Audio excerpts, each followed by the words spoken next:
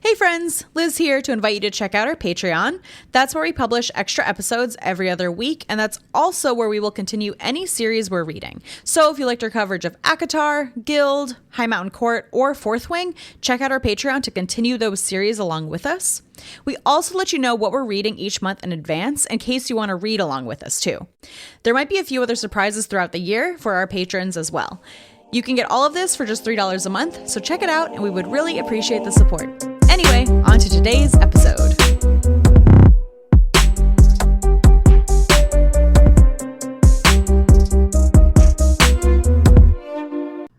I just the way that this book ended, and then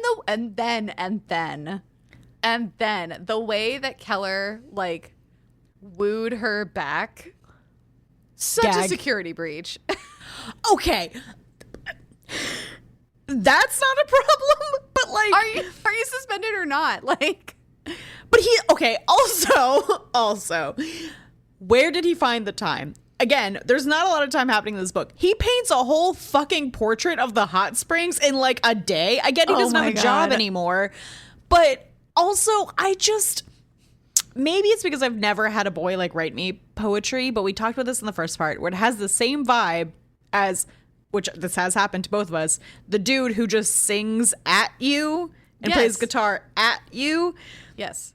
I wouldn't be wooed by his poetry or his art. And I mean, like, I am a romantic. I like those things. I just don't believe that his is any good. And it's a little creepy that he's everywhere she's going. Welcome to Your Safe Space, the podcast your partner, friends, parents, whoever thinks is dirty. Don't have time to read books? Want to understand the jokes in the TikToks? We got you, fam. We're the Spice Traders, and we deal in spicy books. I'm Katie, and I need it to make sense. I'm Liz, and I'm hypercritical. As always, we start every episode with 3 things. The first is a generic trigger warning. You can find specific triggers for this book in our show notes, so please check those out. Also, we do use foul language and talk a lot about sex. If you have sensitivity to any of this, please give this episode a skip. Secondly, we talk about books. The whole book, nothing but the book, so help me goddess. If you plan to read this book and don't want something spoiled right now, don't listen to this episode. Lastly, we acknowledge that a good book can hit you at the wrong time. The views expressed in our discussion are our opinion, and we absolutely don't want to diminish the work and the talent of the authors in our community. That said, we have some notes.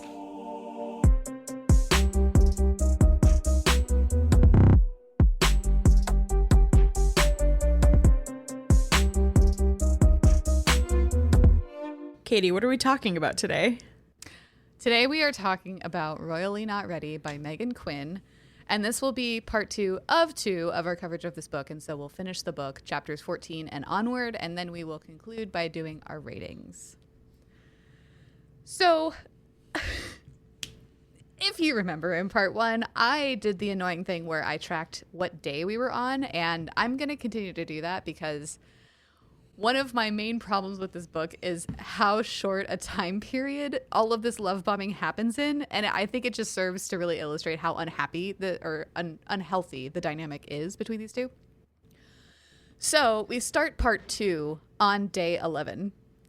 And Keller and Lily go on a morning run. And Keller is bitching to us internally because Lily is upset that she didn't get a kiss in the morning. When they get back, they are arguing about the inane facts that Keller is still trying to teach Lily, and Lily just undresses in front of him. They're like up in her room, and she just starts stripping. So Keller looks because he's a horn dog, and they continue their conversation as she goes into the bathroom to start a shower. As she's showering and they're arguing, he tells her that he's trying to keep a professional distance, and she says, quote, "Oh yeah, you're really professional right now. More like a peeping Tom." There's so many scenes in this book that I'm just like, what is happening? Because she's simultaneously trying to stick it to him, seduce him, show him that she's mad. Right, show him that she has a backbone and can make decisions when really she's just coming off as like a toddler. Like, this whole scene, I'd kick him the fuck out of my room. Like, don't stop talking to me. Like, this is so strange. And it's so strange. Like, they're arguing and she like takes her top off and he's like distracted by her tits or whatever. And then she's essentially like, "Hello, we were having a conversation." And I'm like, brother, you're doing this. Yeah, you took your top off. That's what I'm saying. It's like she's trying to simultaneously show him that she's mad and get him riled up. And I'm just like, this is wacky. Right. And what is your goal? I'm sorry. I'm not sorry about this. Like, I find the trope of a dude being so distracted by nudity that he can't formulate a sentence or listen to words just incredibly distasteful. It disgusts me. Like, I don't want to be with somebody like that. No, no. It would make our life incredibly, like, cumbersome. Like, I'm just thinking about if I had a partner who was completely distracted and turned into a dumb, deaf idiot every time I was naked, like, I would just lose my mind. Right. Like, you can show me that you appreciate me, like, without losing your entire humanity. It's just, I hate Keller. I hate him so much. I don't like Lily much better, but I hate Keller. Yeah, I do too. So Keller finally leaves the bathroom and he berates himself internally. After Lily's done showering, it's his turn. But while he's in there getting ready to shower, she comes in topless to brush her hair. And she essentially goads him into being intimate with her, which is not a great dynamic. That's always how they're intimate, and it's gross. Yeah, it's gross because, like, okay, so Keller describes it like this, quote, "You know how when you enter into the reptile part of your brain, nothing else matters besides the feelings you're feeling in that moment? Well, nothing fucking matters other than the one thing on my mind, getting between her legs," end quote. And I hate this because it's so one note. Like, he doesn't describe wanting to know her as a person in such, like, a visceral way, coupled with the fact that he constantly says out loud it's not about sex for him. And I'm like, but it is. But it's entirely about sex for you. It's the only thing that you're telling us it's about in your internal monologue. So, like, yeah, sure, you can lie to other people, but don't lie to us as the reader because it's not going to work. No, especially when I get your internal monologue, like, and you're just gross. Right. And it would be one thing if, like, they were both like, yeah, this is purely, like, physical, blah, blah. I know nothing about him. Like, I'm not in love, right? God, I'm not an idiot. But that's not what's happening here. Like, they're trying to convince us that they have this, like, deep emotional connection. And I'm like, you fucking don't. You no, just like, don't. we're trying to, it's almost like the author's trying to convince us that this is like a mated pair thing, just not in fantasy. And I hate it. You're so right about that. I hate it. I hate it. So after his shower, Keller storms into Lily's room and pins her against the wall. And he starts pulling out, like, what I think the book is trying to play off as dom talk, but really it just reads to me as, like, controlling incel vibes. Yep. Because, like, so he commands Lily to take his towel off and then make him orgasm by just touching his balls. And he also tells her, quote, "You might be a future queen, but when it comes to the bedroom, I am your goddamn king. Got it?" I would laugh in his face. I would laugh right at his penis. Especially because for the rest of the book, he makes her address him as my king in the bedroom. And I'm just like, I want to vomit. I hate it every time. Like, I can't even formulate words for how much it grosses me out. Because, like, okay, it not only does it gross me out, but it also ruins, for me, the rest of the scenes in this book, because you'll be having a perfectly good smut scene, and then they'll whip out, like, the My King stuff, and I'm just like, sorry, kind of brought me out of the fantasy there a little bit. Exactly, because the scenes aren't bad. Like, I wouldn't be opposed to reading other things by Meghan Quinn, because I'm intrigued by the spice that she writes, if she can write a better male character. And just, I agree. Every time the My King came up, I'm just like, well, I'm dry. I'm drier than a desert girl. I have nothing. Like, anyway, so she gets on her knees and does the thing. And when he's about to finish, he does so in her mouth, which, like, usually I know I'm here for, like, but this scene just really doesn't hit the right way. And I think it is because of the My King stuff and because he's just so, like, whiny. I don't know, man. he's just cringy. He's cringy. Yeah. So afterwards, he tells her that she'll get what she deserves later that night. Before they move on, though, Lily asks to make sure that they're on the same page, that they are both wanting the other and that he won't regret being with her. She says specifically, quote, "When I lift up to my toes to kiss you, I want you to meet me halfway, not deny me your affection," end quote. He says they're on the same page and that he's claiming her as his. And this results in him pinning against the wall and dry humping her until they both finish again, which, like, he has the stamina of, like, a Fey prince, so I'm not really sure what's going on there. But yeah, I want to get back to the words because it's really important here. She says specifically, "Don't deny me your affection." And I think that's important because he does that consistently throughout the rest of the book. And so I don't, like, this scene, I think, is supposed to be illustrating to us that, like, Lily is this strong main character and, like, she says the right things, but she doesn't, like, act like the follow-up's not there because she's so clearly wrapped around this guy and, like, actually doesn't care if they're on the same page at all. No. And this conversation in isolation, again, the future, he doesn't do what she asks. But in isolation, it's a good conversation of her saying, "This is explicitly what I want. This is how you made me feel. But I wish it had happened before the whole shower scene." Like, she should have said that from the get-go of, like, "Hey, we're on the run. What you did hurt my feelings." And then they could have their smut scene. But, like, Right. They go through this weird tug of war and then they fuck, kind of.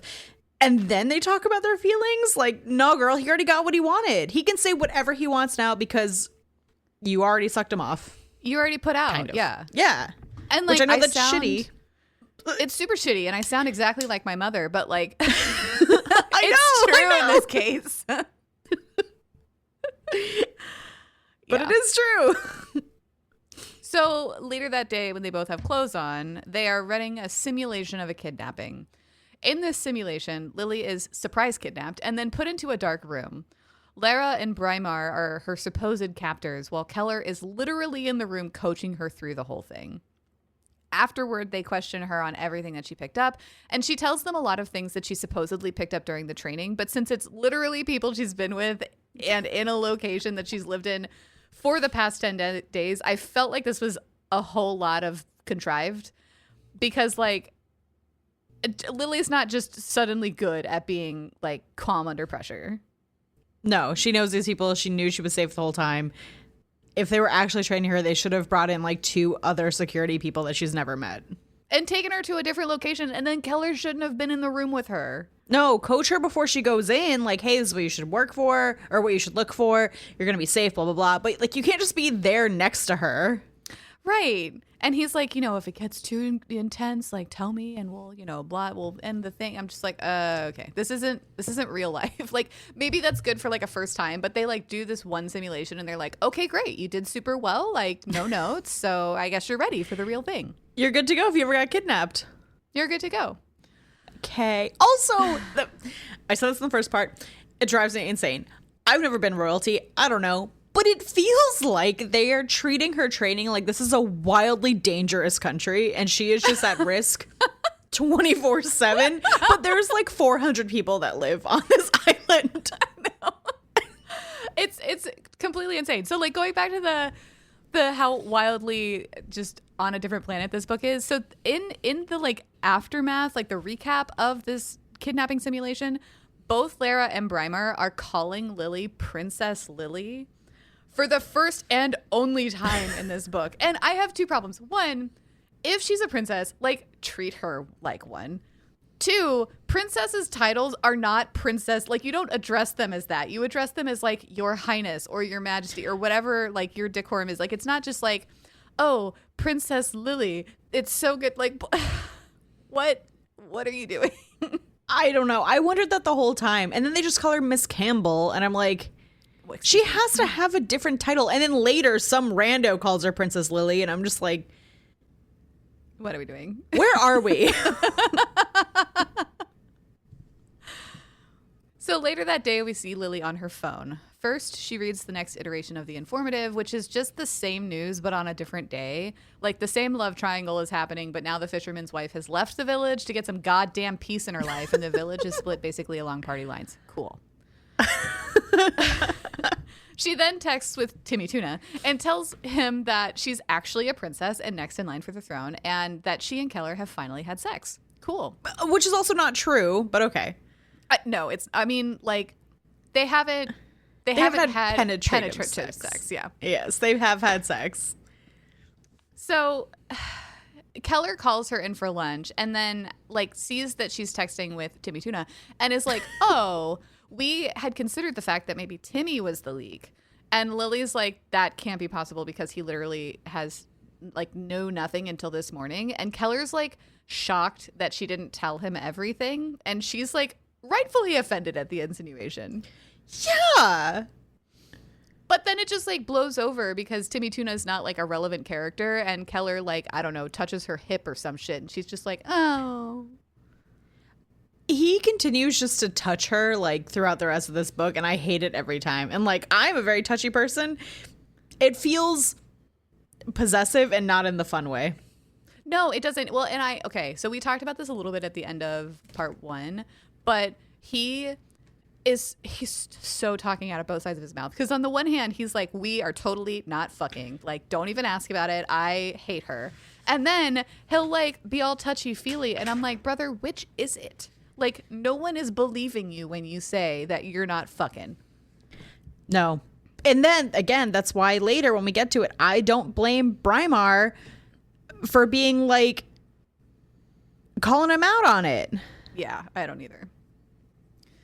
So later that afternoon, they all spend time cutting essentially, like, snowflake patterns out of paper so they're all interconnected. You know, that stupid crap that you did when you were, like, 5. Apparently, this is a pastime of Torskethorpe. So stupid. Mid-conversation, Lily is, like, twirling scissors around her finger, and they fly off her hand toward Braimar, and he catches them at the last minute, like, with the palm of his hand. They, like, stab him in the meat of it. And at the sight of his blood, Lily literally throws up all over Keller and passes out. And I'm like, why do we have this scene?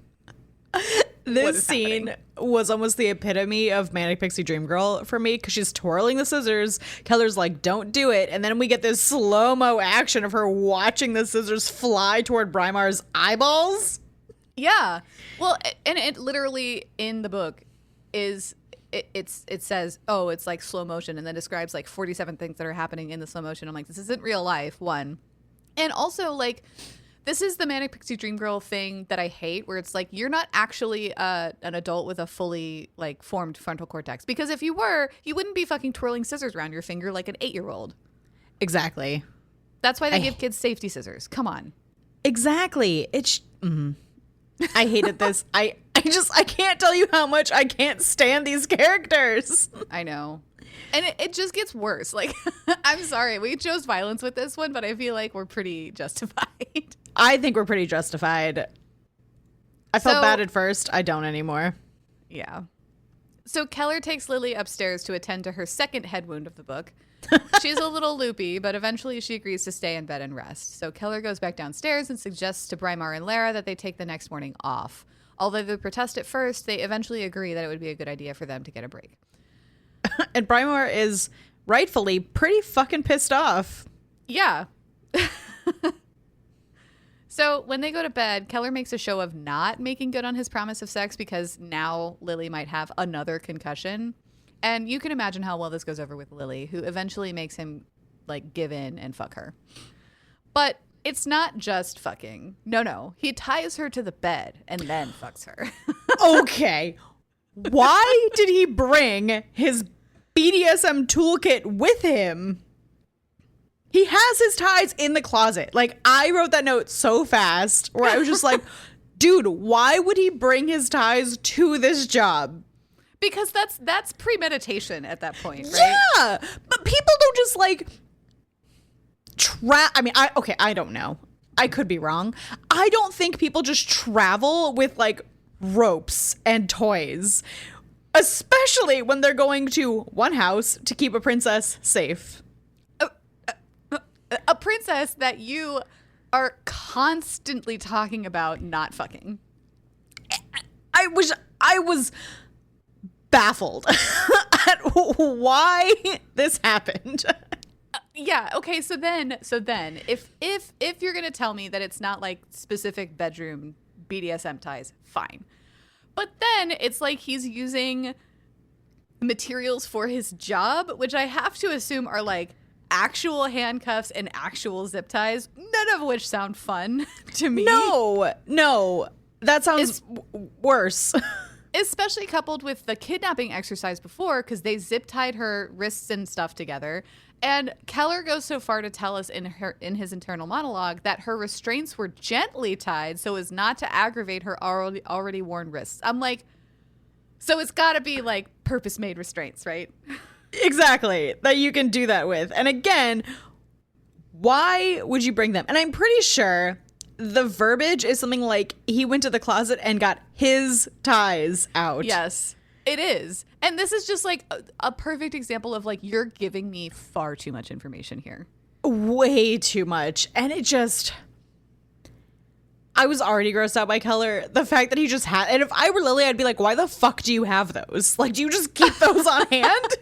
Who are you going to use those on? Like, right. Some girl in the village, like a girl in every port of the 4 towns in this fucking island. But also, you're right. It's not just about sex. Okay. Oh, yeah. We totally believe you. Which bummed me out because, like, I'm all for this sort of scene. Like, give me the tying up. Give me that stuff. Like, I'm here for that. But that immediately took me out of the fantasy that he just, like, has a bag in his closet. I can't let it go. I can't let it go. I don't know where this joke is from. Maybe you can help me. But do you remember, like, just a bag full of dildos? Oh, yeah. What was that joke from? I don't know, but that's what I thought of when I read that he had a bag and he was getting his ties out of. I was like, is that your bag full of dildos too? It is. It's a bag full of dildos. I wish I could remember where that was from, but I don't know. Oh, I think it was from Chateau, actually. Oh, yeah, I think you're right. Yeah, because he gets to, like, choose his own size or something. Yeah. A bag full of dildos. Oh, my God.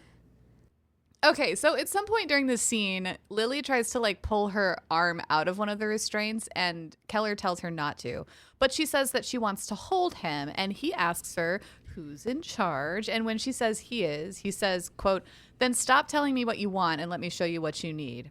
Which is just gross and disgusting and not what a dom does. It's not what a dom does because you're also not giving her what she wants. You're not allowing her to communicate. And I'm reading into this. If you are a dom and your sub is trying to pull out of the restraints and not in like a fun way, you better let them out of the fucking restraints. Right. Or like have a communication about like, you want to hold me. Okay. How are we going to do that? Right. Like, or maybe we'll do that later. Right. Like this, it's just a complete shutdown of like, oh, you want to do that? That's nice. I don't give a shit. Exactly. And it's not healthy dom behavior. Okay, so then the other thing that bothers me about the scene is like right before he actually has penetrative sex with her, he asks whether she's on birth control because he wants to be able to not wear a condom, which is literally only one of the questions that you should be asking in a situation like that. And that just pissed me off. I was like, that's it? What if she's got like hepatitis or like some other like, dude. They don't have, and this birth control, like at that point, just don't even give me that. Right. Just do it. Right. Like I would rather you not do it at all than do it in such a half-assed way. Exactly. Because I really like it when we get the birth control conversation, when we get the STD conversations. Like that's good modeling. This isn't. And it goes back to that incel thing of like, oh, good, because I really wanted to have you bare or whatever the fuck he says. Yeah, he says it like that. But you're totally right. It's just like, it's so incel vibes. Like it is. No it is. So in the aftermath of the scene, Lily cries because she didn't expect having sex with him to feel like coming home. I don't think that's why you cried, but that's what you want to tell yourself. Okay. Okay. But okay, so then afterwards she quickly gets insecure and asks whether she should go back to her room for the night, and he tells her that she sleeps with him from now on. Of course, that'll go right out the window when they get to the palace, but who's counting? We're just not going to talk about that. Yeah. So something else that really bothers me about this is that Lily's internal monologue talks about how she felt lost and didn't really realize it until she came to this place. And she seems to attribute a lot of that to Keller. She says, quote, I need so much more than skimming the surface. This man, someone who has my back, who fills an empty void I've been missing for all of these years, end quote. Which, okay, so let's just make sure we're on the same page about this because it's still day 11. Ugh. It's day 11. Like, if you want to say that you're feeling close to your mom because of the culture and the heritage and the people and your grandparents, fine. Don't bring a dude into this because you don't know him and he's not good at sex. Like, it's just gross. It is gross and it's sad, but it also leads into everything she says later where, like, I rely on him for my joy. Like, he is everything I ever needed. I need nothing else. I can't do it without him. I'm just like, this is some toxic ass bullshit. Bullshit. But anyway, as they snuggle in bed, she tells him that she's decided to stay. But she said that she doesn't want that choice to change anything between them. And he tells her that he is all hers, even that now she's going to be queen kind of thing. Sure. And I just can't help but think that this is so contrived on his part because he gets a huge upside here. And she doesn't really seem to be getting a whole lot out of this. No, I don't understand how she doesn't see that and how he doesn't. I don't know. I don't see how anybody's taking his argument seriously. No, and I don't think they are. I mean, okay, everyone is except for Braemar, and like poor Braemar, because really, he knows what's up. Yeah. So day 12 arrives, and since Lily and Keller are on their own, since Lara and Braemar are running errands or something, they fuck all over the place. And we start at breakfast, and I think we're going to get a skip to the back half of the day, but no, we get a TLDR of what happened in the morning and all of the sex that they had. Literally every waking moment until like maybe the last chapter when we get some time skips. I hate it. I hate it so much. We get so much information that I just don't want or need. Well, and like even later, like we even get a description of one of these fuckers brushing their teeth, getting ready for bed. I'm like, what? I don't even want to brush my teeth at night. Like, I don't want to live my lived experience brushing teeth. I don't want to read about that shit. What the fuck? Nope. I don't want to read about it. I don't need to read about it. Get out of here. It's a hard pass for me, dog. Yep. So during a quick break from sex, they carve some wood. And no, that's not a euphemism. So Keller instructs Lily to carve a fish. And we later learn that she's going to present this at the summer festival as her own. We never see this, which I think is a big miss. It is a big miss. And we get a lot of this, like, later when she is in the capital of other people, like, showing her stuff. But we don't get the part that I feel like would matter. Right. We don't get any, like, I appreciate what this book is trying to do with, like, the immersive culture, but I just really wish that we had experienced that culture in any meaningful way outside of, like, a classroom. Mm-hmm. So Keller confesses that he lost all of his and his parents' wood carvings in the fire that killed his parents, except for one fish from his dad, which was given to King Theo, which King Theo then gave back to Keller. They then talk about dreaming of their parents again and both agree that being with each other makes them feel safe. One thing about the dream sequence that I thought was really odd was Keller specifically says that he dreams about their, like, house in the servants' quarters, but then he describes them as having a porch and a yard in the servants' quarters, and I'm like, what kind of fucking servants' quarters are you living in? And then later, when we're in the servants' quarters, ain't no fucking houses with yards there. Like, this was so bizarre to me. It read like poorly planned character development. Honestly, yeah. Yeah. And just no continuity checks. No, if I were the editor, I would have clocked that and been like, girl, what? Yeah, where is this fucking house? And it's fine if he was like, oh, it's like we're in the place that we lived in the servants' quarters, but there's a yard. Like, no, we don't get that. It's this place. It's the same, and we definitely had a yard. I'm like, you had a yard in the palace? Like, was it AstroTurf? Like, what are you talking about? Right, or did you live in, like, a cottage, like, on the grounds? Like, So many questions. So then we get this wild text exchange between Lara and Keller, where essentially Keller tells Lara that Lily and he be fucking. Keller tells her, quote, I think you and I both know I tried to stay away. I did, but the connection is too strong and the need is far too electric. This is so much bigger than thinking she's beautiful. I know her on a basic level and she sees me to my core, end quote. gross. And instead of calling him out on the fact that it's been less than 2 weeks, brother, Lara just says, okay, be safe. We care about you. And I'm like, Lara. Which, until we meet the queen, Lara is the only voice of reason. And this whole text exchange is just bonkers to me. It's cuckoo bananas. And like nobody says, hang on, buddy. Like I think what you're feeling is strong. What is it called? Limerence for somebody. And I think you need to get some grounding. Like go for a cold swim somewhere. Yeah. How about you go take the day off and we will train her, because that is what we're hired to do. Correct. That's what you're hired to do too, but you're not keeping to the script. It's fine. It's fine. So then we go on to a quiz section where Keller sexually teases Lily for every correct answer she gives him. He quizzes her about the culture and stuff that she's learned over the past 12 days. At the very end, he asks her who is the threat to their sovereignty should she not take the throne, and she doesn't know the answer. So he removes all good feeling and touch from her completely. She begs him not to. She says that it shouldn't matter who the country is because it's not going to happen. She's going to take over and have so many babies that it'll never be a threat again. And that compels Keller to give her the pleasure that she's been asking for. Which, this book does this thing where it gives me the perfect structure to a really steamy scene and then destroys it, because I'm all for this like quiz teasing like teacher thing. Yes.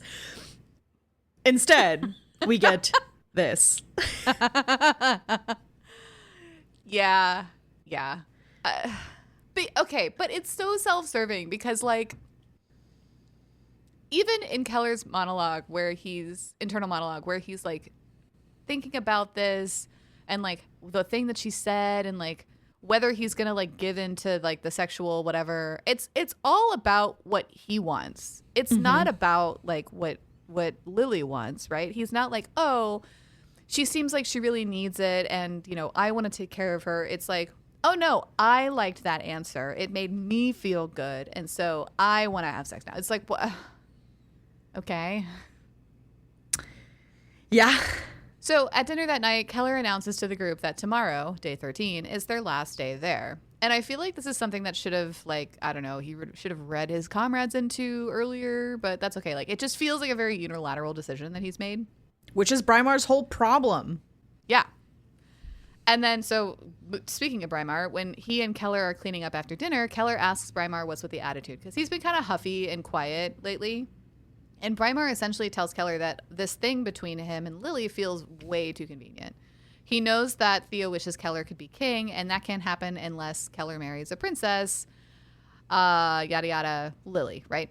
Yep. Brymar's point is that Keller better not be making Lily fall for him under ulterior motives. Valid point. And also, like, this whole relationship is just completely inappropriate.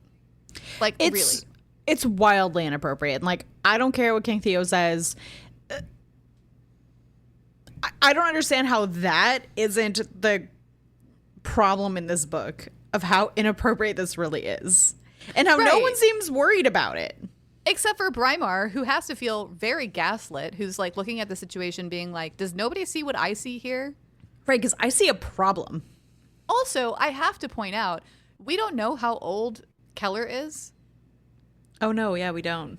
So, like, we know that Lily is, I think, 26, which means that her frontal cortex is just about fully formed. But, Barely. like, she's got all of these other responsibilities. Like, if I were Theo and I wasn't going down the manipulation train of, like, yeah, totally, let's emotionally manipulate you into staying, like, I would definitely be like, okay, you can see Keller in a very structured way. Yeah, let's actually have a regular courtship. Right. Not like, oh, you arrive at the palace and then you're just suddenly an item. And you can now sleep in her room and we all just assume you're going to be king. And, like, that's fine. It's fine. Right.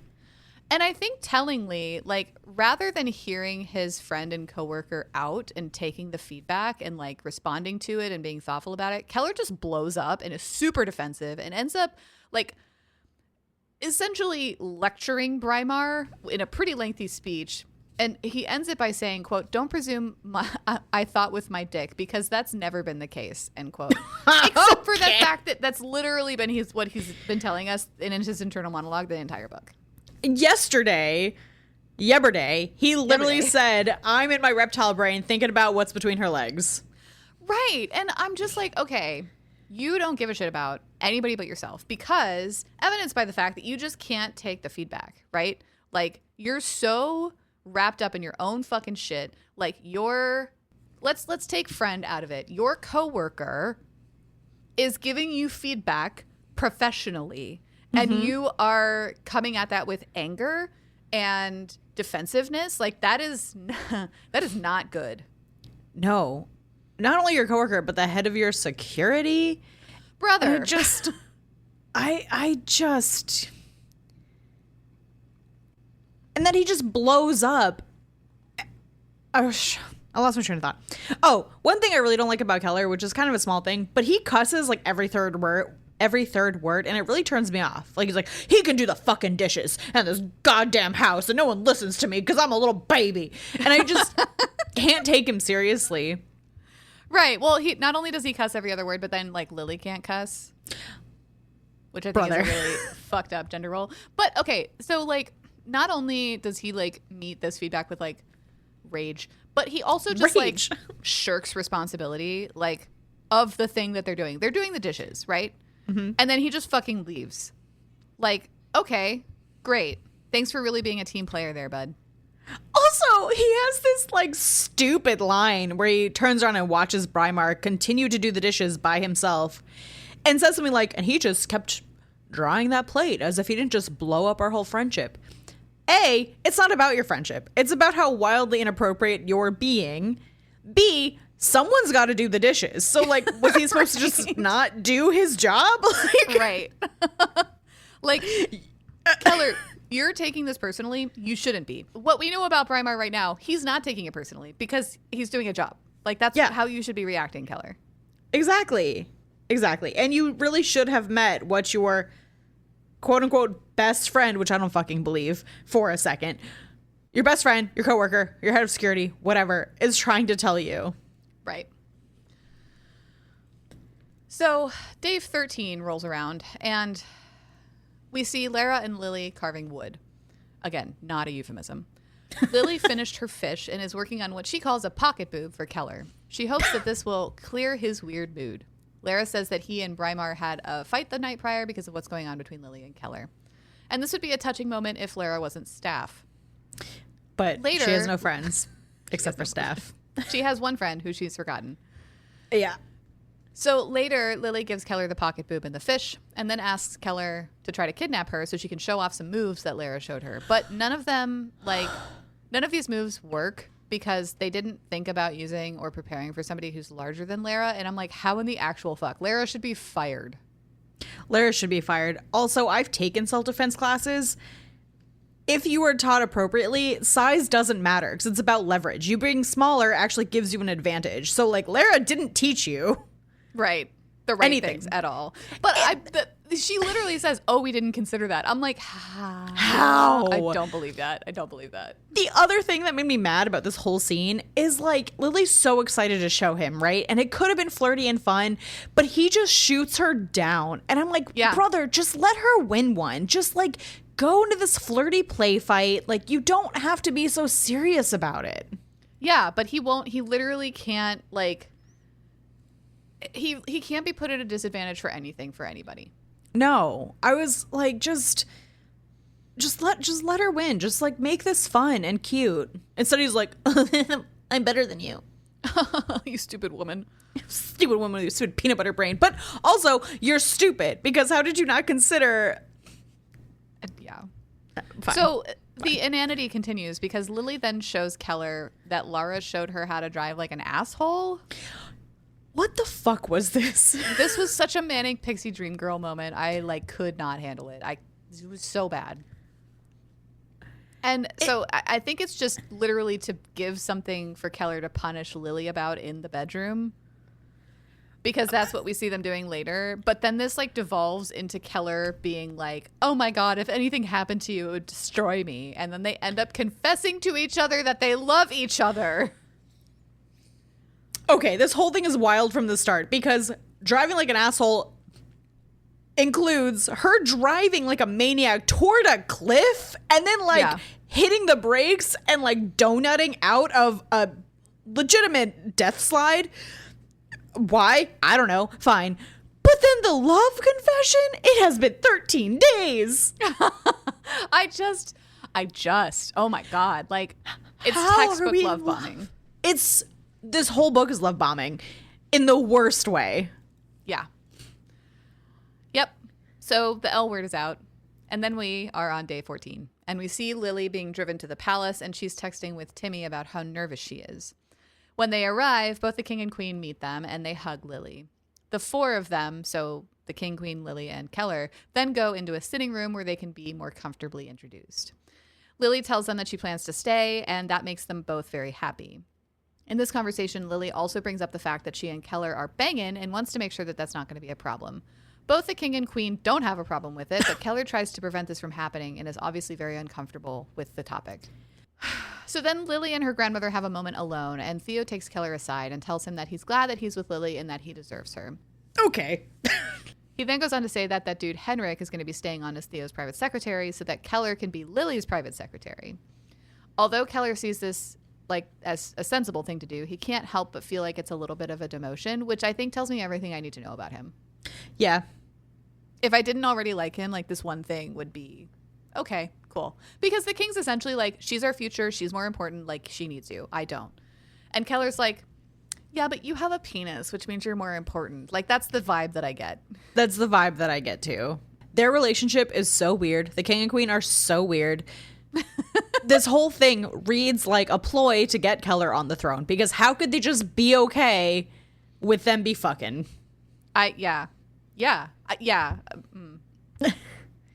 I think it's also a wild thing to bring up when, like, you've just met these people. Like, hey, yeah. I just met you and this is crazy, but I'm fucking your secretary. Is that cool with you guys? Is that cool? Because I would really like it to be cool. It's also wild that Lily didn't talk to Keller about how they were going to, like, share that news. Because they don't communicate. Like, they don't talk about literally anything outside of fucking. No, they don't. Therein lies the problem, ladies and gentlemen. So at dinner, we learn that Keller will take Lily for a tour of the palace the next day, and then on Friday, however far away that is, that will be the first public appearance of Lily. Afterward, Keller shows Lily to her room and at first says that he's not going to stay. So much for sleeping together all the time, huh? But she eventually convinces him to do so. And beyond that, they do end up fucking in a closed door scene. But of course, in the morning, day 16, Keller is gone because he's a little bitch. He's such a little bitch. Snuck out while she was sleeping, ladies and gentlemen. I can't. And this is like, it's just Keller's insecurities. It's the Keller show. Like the Gothicana was the VAD show. This is the Keller show. It's the Keller show, and I hate it. And his insecurities are, he's just a little bitch. That's the only word I have. Yeah. We'll talk about his insecurities when we get there, because I feel like they're so unfounded. They're so unfounded. They're stupid as hell. So Lily's B-team guard / ladies maid is a woman named Runa, and she wakes her up. It's a little bit awkward because Lily does this thing where she says that she doesn't want to put Runa out for doing her job. And Runa says that her and everyone else working in the palace take pride in their work. So, like, please just let us do that. It's kind of offensive that you don't want me to be useful. Right. She also tells Lily that Keller is waiting for her outside to start the tour of the palace. Lily asks her to send him in. When he does come in, she reprimands him for leaving her in the middle of the night. And he doesn't give her a great answer, except he didn't want to surprise Runa. But all she can get is to literally get him to let her give him head. Like, literally, she has to ask and beg for that to happen. And she doesn't get off. It's just... Well, that does turn into a little bit of actual sex, and I think she does get off. But the goal wasn't originally in his mind. Correct. And it only evolved into sex because that's what his lizard brain wanted to do. Exactly. Because it's a Keller show. After that scene, Lily literally thanks him because she says that she needed that connection, which I so viscerally remember being young and feeling like having a physical connection meant that I had an emotional connection to somebody. And that is not the case. That is not the same thing. That's so dangerous. And that's what happens. I think that's exactly what's happening in this whole book for Lily, is that she is mistaking sexual connection for love, because then he love bombs her. Yeah. They don't know each other. No, you don't know. I think you're 20. I think you're 16, an idiot. Why are you still in the bed? Why are you still in the bed? So she then says that she doesn't want to wake up without him again. And he says that he's hers whenever she wants him. Except not really, but whatever. Except it's a big fucking lie, but okay. It's a big fucking lie. Everything he says is a lie. It's fine. It's fine. It's fine. It's fine. I just want to shake her. Anyway. I know. Afterward, they go on a tour of the palace, and they end up with Queen Katla, who pulls Lily aside to have a private conversation about their feelings. So this is when we learn that Queen Katla is the most emotionally mature character in this entire book, because she essentially says that the fight with Lily's mom was the biggest regret of her life, and that she doesn't want Lily to feel like there's any bad blood hanging over their relationship. Lily says that she couldn't feel more opposite and is so grateful to have both the king and queen in her life and to be there in general. Then the queen asks Lily to tell her more about Lily and Keller, which is such a wild thing to talk about. But Lily, even more wild, couches her relationship with Keller as an enemies to lover arc. That was insanity to me. Like, okay, wait, sorry. I'm just trying to ground myself. What enemies? Like, what are you doing? What? It's been 2 weeks. 2 weeks. And you were never enemies. He was just surly because he's an asshole. Yeah. So later that night, Keller and Lily are in her room, and Keller is very clearly struggling with what's happening. He starts to clam up, even though Lily asks him not to. She wants to work it through together.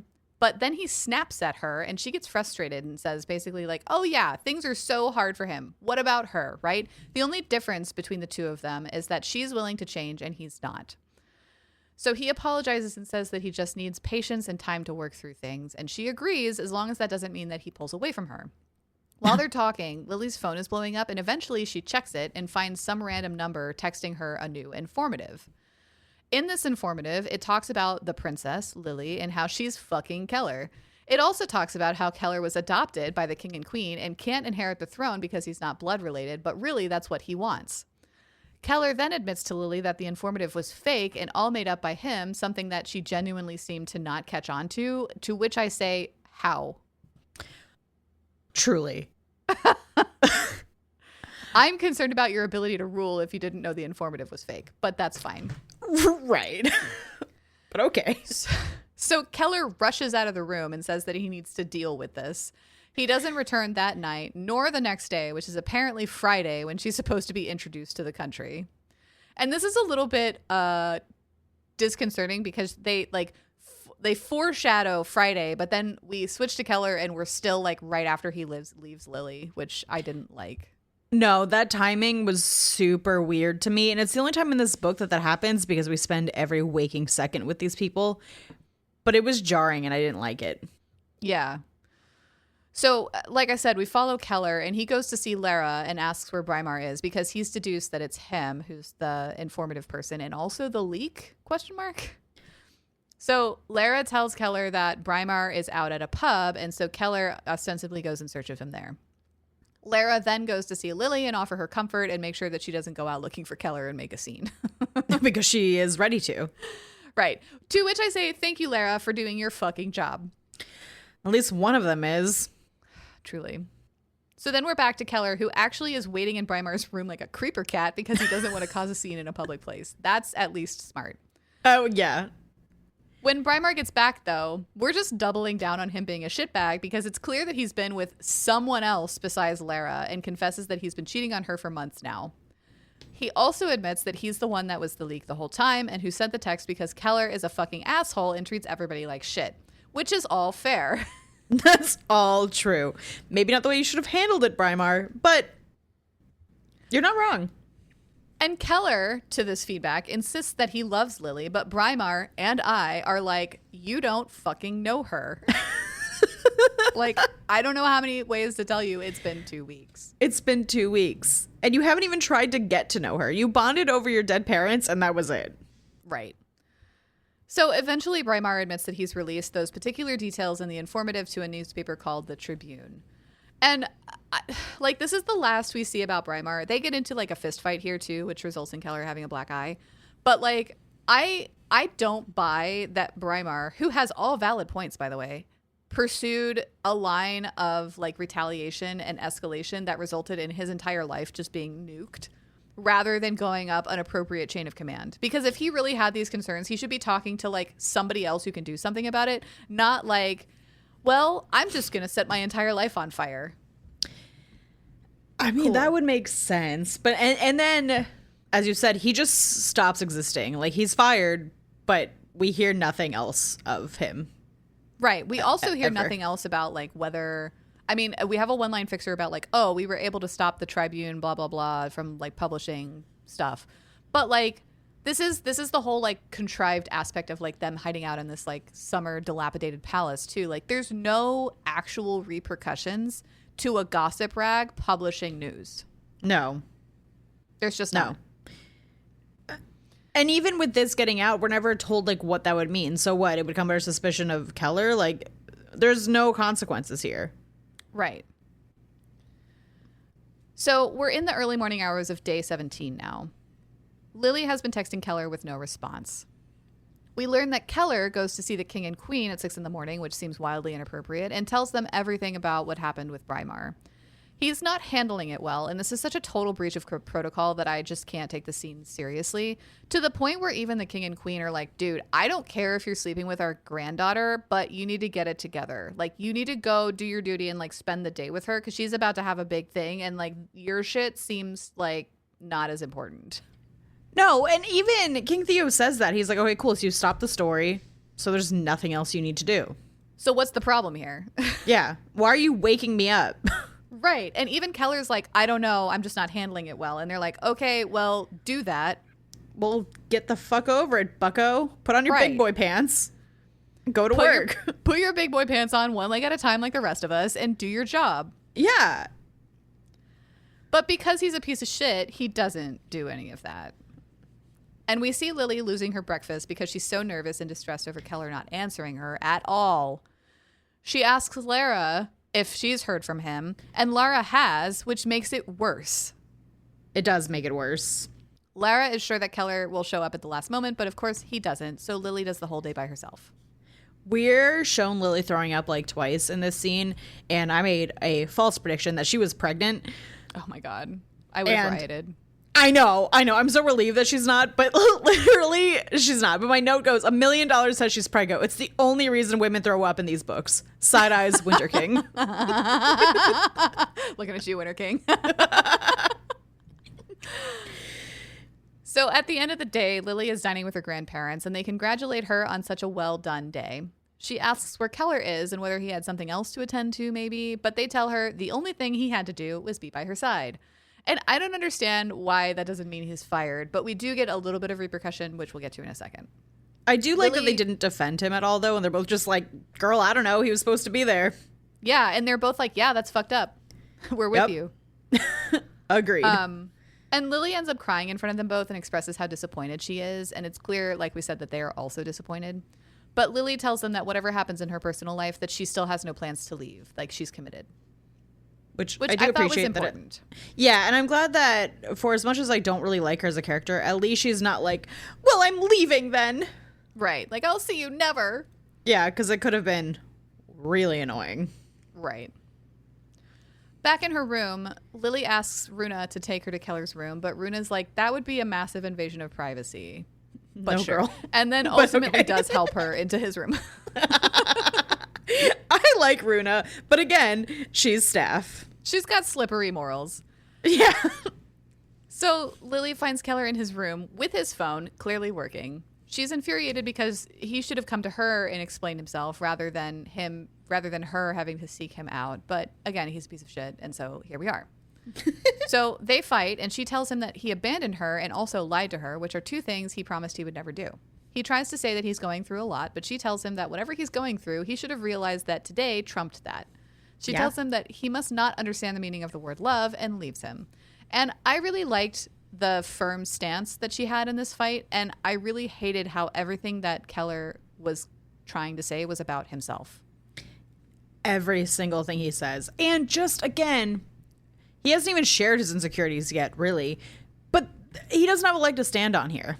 No, because essentially his insecurities are about like him not being quote unquote good enough for her, which I don't believe, because he seems, one, so confident in everything else and so ambitious in everything else that I just don't understand why he's not, like, why he's dealing it with this way. The other thing that I don't understand is like this whole upstairs downstairs vibe that he has going on. Literally nobody else in the palace has that. Okay, I think we mentioned that in the first part, because he says that he was raised this way. I don't understand how. Like, where did his parents get that? Because he has a conversation with King Theo later that we'll get to, and even King Theo is like, I don't understand why you think this when, like, this has never been a problem for anyone. Right.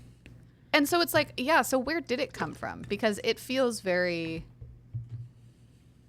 like, just invented, contrived. I keep saying the word contrived, but I think that's probably the theme for this book. But, like, I mean, even when we get flashbacks of him as a kid, they're literally playing hide and go seek in the palace. Exactly.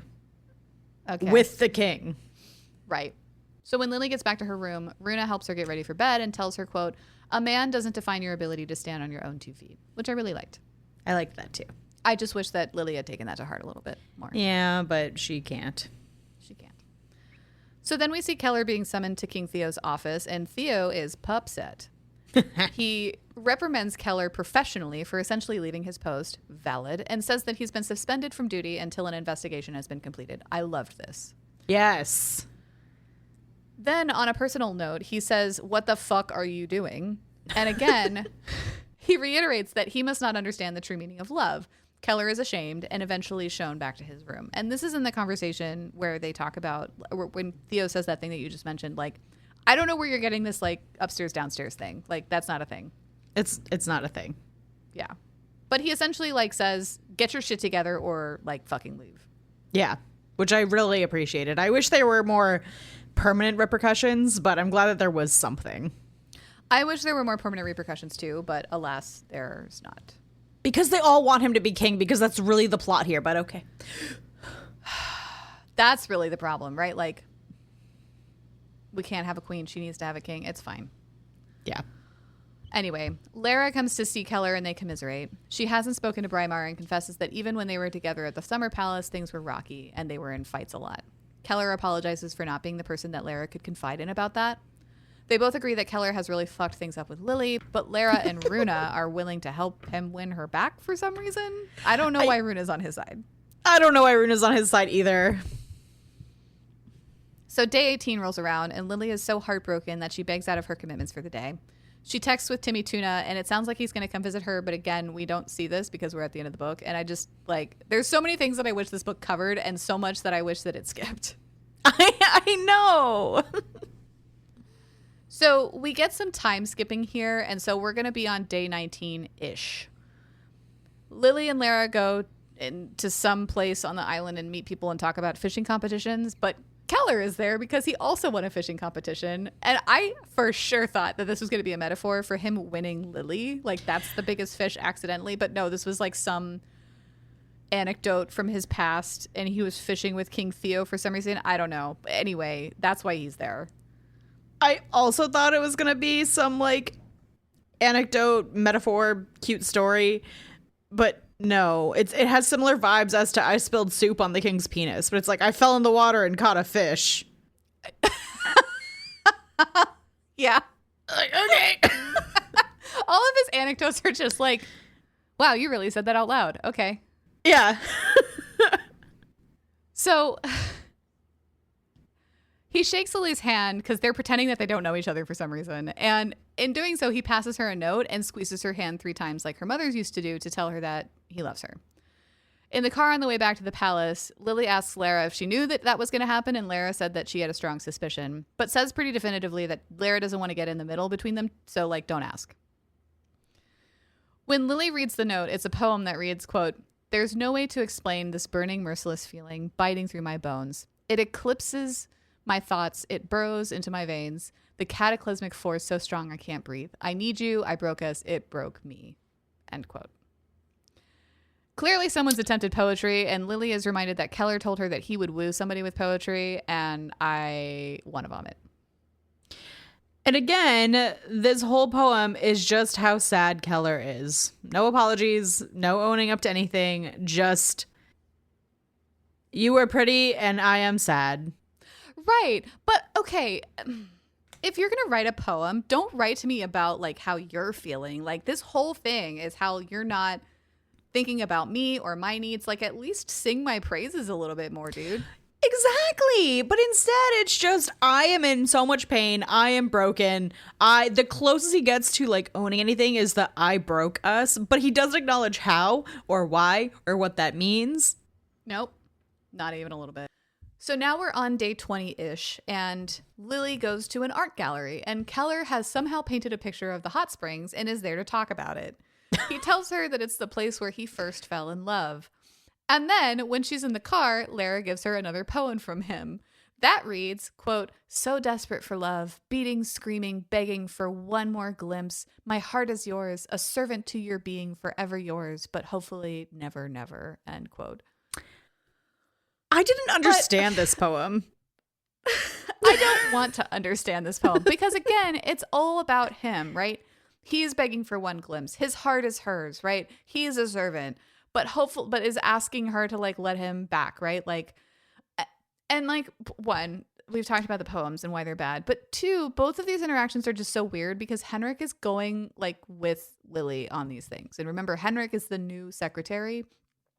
And the reason he's there is because Keller has been suspended from duty. And every time she interacts with Keller, they pretend like they don't know each other, even though I think it would be a big breach of security to have him showing up wherever the princess would be.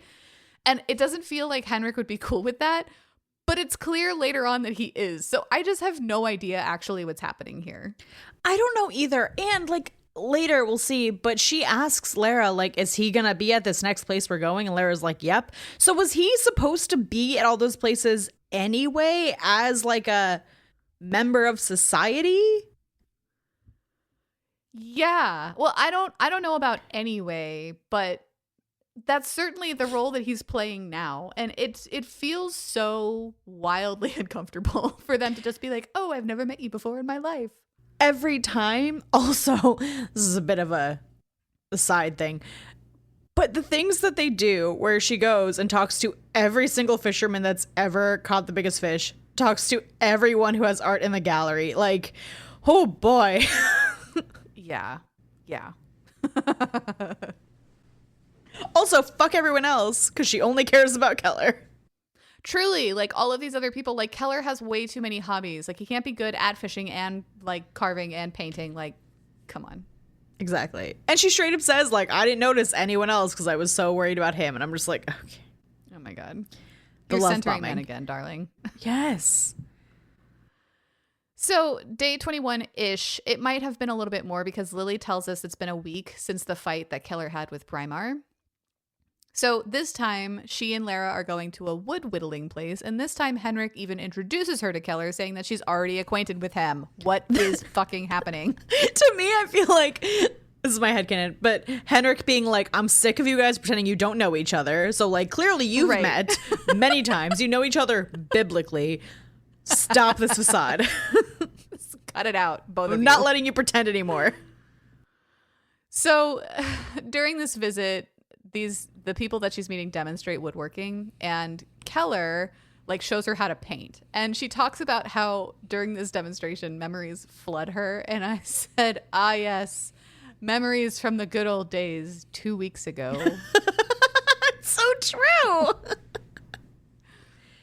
And as you might guess, he passes her another poem, and this one says, quote, "When our eyes meet, it feels like the ink in my pen won't seize. My words are tangled, contorted in my mind. I desperately want to say how the world spins only when you are near, but the best I can write is always mine, eternally yours." End quote. I, me. Like, shut up. Get It's a personality, terrible. dude. Get a personality. Anything other than what you currently have. God. So day 22-ish, Keller is in his room, and King Theo comes to visit to see how he's doing. Turns out he knows that Keller has been showing up and passing Lily notes wherever she goes because Henrik has been telling him about it. He tells Keller that he'll be reinstated in his job. I don't know why, but it seems like they'll have to train a replacement pretty soon because Lily would take him back in a heartbeat, and he hears wedding bells. So they conspire to make that happen, and Keller agrees to not fumble Lily again. And I'm just like, how are you in support of this? I have no words. It makes no sense. I hate it. It makes no sense. It makes no sense. So day 23-ish, Lily is getting ready for her day and expects to go over it with Henrik, but instead of Henrik, Keller is at her door. He's all professional, all business, but asks to speak plainly. She allows him to, and he apologizes and says that he only looks for an opportunity to prove his undying love for her again. She tells him she doesn't want to do this without him and that she needs him by her side. She makes him promise to never abandon her again or lie to her again, and then they confess their love for each other again. Because that worked the first time you asked for this. I just don't understand what's going to be different. No, because they don't address any of his insecurities. It's not like, oh, King Theo, you're right. I don't know where I got these ideas from. I'll just forget all of them right now and things will be great and we'll never have problems again. What? Or, I'll go talk to somebody about, or hey, you lost your job because you, abandon your post, but you can still date Lily and we'll figure something out. None of that. Just don't mess it up and here's your job back. But also we're all going to conspire to get Lily to take you back. And I don't like that they just foisted Keller back upon her. Ask her if she wants him back. They're like, oh, she'll take you back in a heartbeat. But they don't give her a choice. Okay. And you're a princess. You should have a say in who your staff is. Yeah. What if she doesn't want to work with him? At the very least. Come on. At the very least. The bare fucking minimum. So before the two of them can get hot and heavy, Runa comes back into the room and reminds Lily that she is expected somewhere and she needs to be presentable in 10 minutes. And then she reprimands Keller and tells him that he should know better. And while she's happy that they're back together, that they need to be cognizant of not doing this before an event. How has no one else given them this warning? Dude, I don't know. Also, why do they need this warning? You're both adults, ostensibly. Ostensibly. So the epilogue is just a short sex scene where we learn that Keller has taken Lily to the summer palace again to propose to her. And obviously she said yes. And that's the end of the book. And I cannot tell you how happy I am that it's over. We get this little, I don't know if you read it. It was kind of part of the epilogue, but also separate, where it's sort of like a prelude into the next book. And I just hated it. I did not read it. You didn't miss anything. No, it was just this stupid Cosmopolitan magazine interview with Keller and Lily and the interviewer. I'm just oh, we're so in love. And then this dude that's not named is they can't get married. I am the evil one. And I'm okay. What the fuck? Okay. That's straight up that's it. It's just this no-name dude that's this can't be allowed. Oh my God. Which I can only imagine is the Riddler in Arkham. Who also happens to be the millionaire Dom that she dated in Miami, right? Yes, of course. Of course. Who else could it be? We only have 7 characters in this entire book. And I like one of them. Barely. Barely.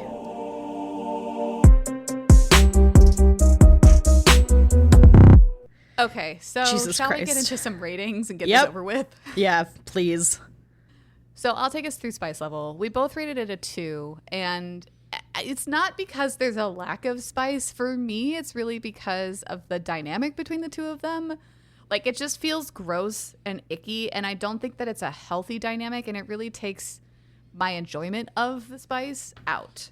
And I think you said this earlier in this recording, if Meghan Quinn were to write literally any other dynamic, I think it would be good smut. It's just not for me in this application. Agreed. That's how I feel about it as well. Because there's plenty of spice and it has the potential to be good spice. It's just not because the characters are so toxic. Right. Exactly. So what about writing style? You want to take us through that? We both also gave writing style a 2. There's quite a few editing mistakes. Some weird time jumps, like we said, where it was pretty consistent. We see every fucking minute, but then we go in the future and then back into the past for a couple of chapters, and that's fine. We just won't talk about that. But some of the internal monologues should be in italics, but aren't. It's just not. It's written like fanficky. It just wasn't edited well, and this book could have used any help it could get. That sounded so mean. I'm sorry. I know, but I agree. And even beyond that, like, it just wasn't very interestingly written because I think it was early on in the book, and I wish that I had written it down and clocked it so I could, like, read the example. But it was, like, within the span of, I want to say, like, 10 sentences, the word truly was used, like, 5 times. Yes. And just, like, that's one example of how, like, the verbiage and, like, the vocabulary wasn't varied at all or enough, and it felt very repetitive in a lot of ways. Like the internal monologue stuff with Keller and his insecurities, like I felt like I read the same sentence like 47 times. Yes. And but none of those sentences said anything. Right. So moving into the quality of storytelling, we both rated this a 1, and I think it's abundantly clear why, but just to kind of hit the highlights, I think it comes down to, I'm going to say 3 things. So the first one is obviously their dynamic is not good. The character of Keller and the character of Lily are not well written, and I think very toxic actually to read about. So that's not enjoyable. I think the second thing would be just the way that this was written, like really missed the note there, because like It's trying to convey like, oh, all of this rich history, blah, blah, but we don't actually see any of that history or culture in a meaningful way. Like the Summer Festival of Torg is a really good example. We learn about Torg several times, and we learn about how Lily is going to be presented in that festival. We don't attend it, despite the fact that we could have, and it would have been probably a way more interesting way to like experience a lot of the culture. Yeah, that should have been what we saw instead of her going to the gallery and like the Fisherman's Wharf, like show me Torg, because you would have gotten all those other things in there as well. And we would have only had to see Keller once. Right. And then the third thing is just like how contrived this whole book is. Like the whole crux of the argument doesn't make sense to me. The execution of the storyline doesn't make sense to me. And just like a big elements of like this world don't make sense to me. So like, why do we have to keep her secret if there are no real consequences for tabloids, right? Why does Keller's main hang up for not being with Lily and causing all of this drama, like where the fuck does that come from? He's literally the only one in the story that has this problem. Like, yeah. So it's a big old 1 from us. So girl, do we recommend this book? No, which is such a bummer because I was here for the idea of a smutty Princess Diaries, but like, no, because the spice isn't even fun. Yeah. So I can't even recommend it for that. Fun. No. So we did it. Sorry, guys. Those are our thoughts on Royally Not Ready by Meghan Quinn. Thank you, as always, for joining us on this journey. We hated it, but let us know what you thought on the socials. You can find us on Instagram, Facebook, TikTok, and Goodreads at Spice Traders Pod. And if you like our podcast and want more, consider joining our Patreon, where we release Patreon-exclusive episodes on our off weeks. And if you really, really like us, drop us a review wherever you listen. Until next time, we'll see ya. Bye. Bye.